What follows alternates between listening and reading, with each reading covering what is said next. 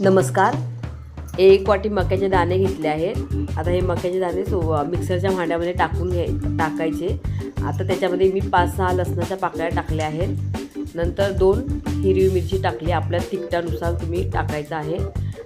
आणि कोथिंबीर टाकली आहे, थोडीशी कोथिंबीर टाकली आणि अर्धा चमचा जिरे टाकले आणि छोटा पाव चमचा हळद टाकली आहे बघा. आता हे मिक्सरच्या भांड्यामध्ये टाकून आपण मिक्सरला वाटून घ्यायचं आहे. हे जाडसर वाटून घ्यायचं आहे.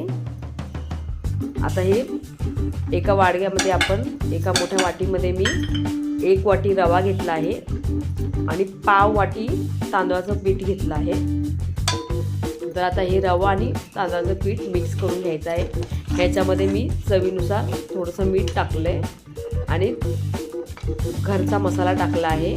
तुमच्या तिखट खात असाल तेवढं तुम्ही टाकू शकता. त्याच्यामध्ये मी ह्याच्यामध्ये अर्धा चमचा लाल तिखट टाकलं आहे.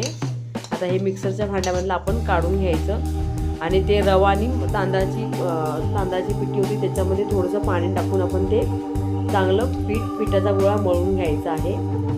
आता हे बघा, ह्याच्यामध्ये मी मक्याच्या वाटणामध्ये मी 1 क्यूब चीज किसलं आहे. आता हे चीज किसून झालं की हे चांगलं मिक्स करायचं. मिक्स करताना मी त्याच्यामध्ये थोडेसे पिझ्झा मिक्स टाकलं होतं, थोडंसं 1 पाव चमचा छोटासा. आणि हे रवा आणि तांदळाच्या पिठाचं जे आवरण होतं त्याचे गोळे करून मी हे त्याच्यामध्ये भरून घेतलं आहे बघा. ही स्टफिंग टाईप त्याच्या आतमध्ये भरून घ्यायचं आहे बघा. असा गोळा करायचा, हे बघा असा गोळा करायचा आणि त्याच्या आतमध्ये असं भरून घ्यायचं आणि ह्याचं तोंड असं बंद करायचं, जसं आपण पुरणपोळीचं वगैरे करतो तसं, म्हणजे कचोरी टाईप करायचं आहे. आणि खूप मस्त लागतं हे. तुम्ही करून बघाय. नाश्त्याला पण हा प्रकार चांगला आहे. चांगलं मस्त मक्का आहे. चीज तर मुलांच्या आवडीचं असतं, मुले मोठेही आवडीने खातात. आणि रव्याचं हे कोटिंग आहे, आपण काही तळलेलं नाही आहे, काय नाही आहे.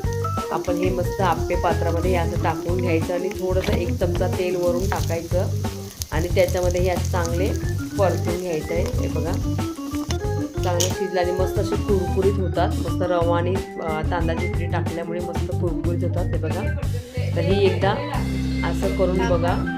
मस्त ही मक्याच्या दाण्याची कचोरी तुम्हाला कशी वाटली मला कमेंट करून सांगा. आणि माझ्या चॅनलला सबस्क्राईब करा, लाईक करा आणि शेअर करा. धन्यवाद.